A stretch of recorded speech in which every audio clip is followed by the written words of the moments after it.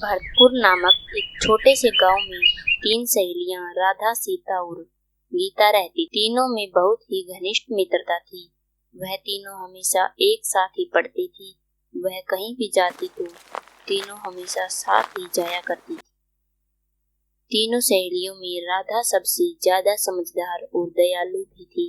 एक बार की बात है, अरे राधा, सीता, तुम्हें पता है, मैंने सुना है गांव के किनारे पर जो जंगल है वहाँ एक जादुई गुफा है। सुना तो मैंने भी है, लेकिन वह जंगल बहुत ही खतरनाक है, जिस वजह से आज तक उस गुफा तक कोई नहीं पहुँच पाया है। क्यों ना हम तीनों मिलकर उस जंगल में जाकर उस जादुई गुफा को ढूंढे। अरे जरा सोचो, अगर हमें वह जादुई गुफा मिल गई तो बहुत जल्दी मालामाल हो जाएंगे। क्यों राधा, तुम क्या कहती हो? यार वह तो है, लेकिन मुझे बहुत डर लग रहा है। यह काम इतना आसान नहीं है, इसमें बहुत खतरा भी है। यार राधा, तुम भी हर काम में डरती रहती है। अरे बिना रिस्क के किसी काम को करने का मजा ही क्या है। चलो ना, एक बार चल कर देखते हैं, कोशिश करने में हर्ज क्या है।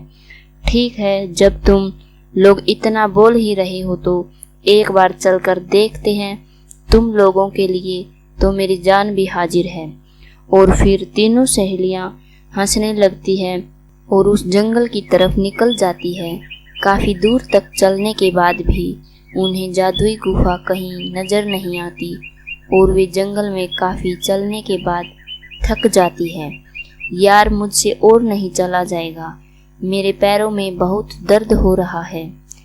थक तो हम सभी गए हैं, लेकिन यार जब हम इतनी दूर आ ही गए हैं तो बिना उस जादुई गुफा को ढूंढे वापस नहीं जा सकते। चलो थोड़ी देर के लिए पेड़ के नीचे बैठकर आराम करते हैं। ठीक है, चलो। और फिर तीनों सहेलियां एक पेड़ के नीचे बैठकर आराम करने लगती है। तभी उन्हें वहां एक शेर के दहाड़ने की आवाज सुनाई देती है। दोस्तों, अब यहाँ रुकना खतरों से खाली नहीं है, हमें जल्दी ही इस जगह से निकलना होगा। और तीनों वहां से भागते हुए काफी दूर निकल जाती है, लेकिन वहां कोई भी जादुई गुफा दिखाई नहीं देती। यार, हम तो इस जंगल में फंसते ही जा रहे हैं। इतनी देर हो गई है, लेकिन हमें यहाँ कोई जादुई गुफा तो क्या, कोई मामूली गुफा भी नजर नहीं आ रही है। अब हम इस जंगल से बाहर कैसे निकलेंगे? दोस्तों, मुझे माफ कर दो, अब तो मुझे भी डर लगने लगा है।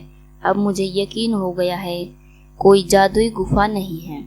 यह सब अंधविश्वास की बातें हैं और हम उन्हें सच मानकर इस घने जंगल में आ गए हैं। अब हमारा क्या होगा? अब हम घर कैसे जाएंगे? नहीं यार, ऐसे मत बोलो। लोग ऐसे ही बिना वजह कुछ नहीं बोलते हैं। उनकी बातों में कुछ ना कुछ सच्चाई होती है। जादुई गुफा है तभी तो लोग उनका जिक्र करते हैं। मुझे लगता है जादुई गुफा यहीं कहीं है। तुम्हें अगर यकीन है तो तुम भी ढूंढो, मैं तो बहुत थक गई हूँ। मैं यहाँ बैठकर आराम करती हूँ। हमें इस जंगल से वापस जाने का रास्ता ढूंढना होगा। तभी राधा इधर उधर देखने लगती है तो उस गुफा का रास्ता दिखाई देता है। दोस्तों, मुझे गुफा का रास्ता मिल गया है। और तीनों सहेलियां उस गुफा के रास्ते को देखकर खुशी से झूमने लगती है। उनकी खुशी का तो मानो ठिकाना ही नहीं रहा। और फिर वे गुफा की तरफ बढ़ने लगती है। फिर तीनों सहेलियां उस जादुई गुफा में पहुंच जाती है। गुफा देखने में बहुत ही ज्यादा अद्भुत और सुंदर थी। तभी वहां पर एक आवाज आती है, इस जादुई गुफा में तुम तीनों का स्वागत है। तुम अपने मन मुताबिक कोई भी एक चीज इस जादुई गुफा से ले जा सकती हो, लेकिन याद रहे लालच में नहीं पड़ना। यह सुनकर तीनों सहेलियां गुफा में अलग अलग घूमने लगती है और जादुई गुफा का आनंद लेने लगती है। उस गुफा में बहुत सारे कीमती मोतियों की माला का ढेर लगा था। तभी गुफा से आवाज आती है, राधा, तुम इस जादुई गुफा में से कोई भी एक मोतियों की माला अपने साथ ले जा सकती हो। यह सुनकर राधा अपने साथ एक जादुई मोतियों की माला ले लेती है। वहीं दूसरी ओर सीता को उस गुफा में बहुत सारे सोने के जेवर मिलते हैं। तभी एक आवाज आती है, सीता, तुम इस जादुई गुफा में से कोई भी एक सोने का जेवर अपने साथ ले जा सकती हो। तभी सीता मन ही मन सोचती है, हम यहाँ इतना खतरा उठाकर एक सोने का जेवर लेने थोड़ी न आए हैं। मैं तो यहाँ से अपने साथ बहुत सारे सोने के जेवर लेकर जाऊंगी। और फिर सीता उस गुफा के बहुत सारे जेवर अपने साथ उठा लेती है। वहीं तीसरी ओर गीता जाती है, उसे बहुत सारे चमचमाते हुए हीरे दिखाई देते हैं। फिर गुफा में से आवाज आती है, गीता, तुम इस गुफा में से किसी भी एक कीमती हीरे को अपने साथ घर ले जा सकती हो। बस एक हीरे से क्या होगा, मैं तो इस गुफा में से अपने साथ बहुत सारे हीरे ले जाऊंगी। इतना बोलकर गीता उस गुफा के सारे हीरे अपने साथ ले लेती है। राधा गुफा से बाहर निकल जाती है, लेकिन गीता और सीता के बाहर निकलने के रास्ते बंद हो जाते हैं और दोनों जोर जोर से चिल्लाने लगती हैं, बचाओ बचाओ, प्लीज हमें कोई बचाओ। राधा, हमें बचा लो वरना हम मर जाएंगे। बचाओ बचाओ, जल्दी से कोई मुझे इस गुफा से बाहर निकालो वरना मैं मर जाऊंगी। राधा, कहाँ हो तुम? प्लीज मुझे बचा लो, भगवान हमारी मदद करो। तभी राधा देखती है सीता और गीता हीरों और सोने के जेवरों के साथ गुफा में बंद हो गई है। यह सब देखकर राधा बोलती है, अरे यह क्या किया तुम दोनों ने? तुम्हें याद नहीं रहा कि इस जादुई गुफा में हमें लालच करने से मना किया था? फिर तुमने ऐसा क्यों किया? यार, यहाँ हमारी जान खतरे में है और तुम हमें बचाने की बजाय सवाल जवाब कर रही हो। अरे पहले कुछ भी करके हमें यहाँ से बाहर निकालो वरना हम मर जाएंगे। राधा अपने दोस्तों को मुसीबत में देखकर जादुई गुफा से विनती करती है,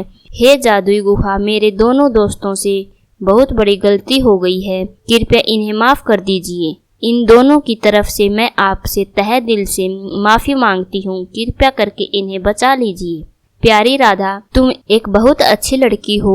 तुम ईमानदार के साथ साथ बहुत ही दयालु भी हो, लेकिन तुम्हारी यह दोनों दोस्त बहुत ही लालची है। मैं तुम्हारे लालची दोस्तों की कोई मदद नहीं कर सकती, लेकिन अगर तुम चाहो तो तुम इनकी मदद कर सकती हो। मैं वह कैसे? राधा, तुम्हें जो मोतियों की माला मिली है वह कोई मामूली माला नहीं बल्कि एक जादुई माला है। तुम उस माला से जो कुछ मांगोगी तुम्हें वह मिल जाएगा।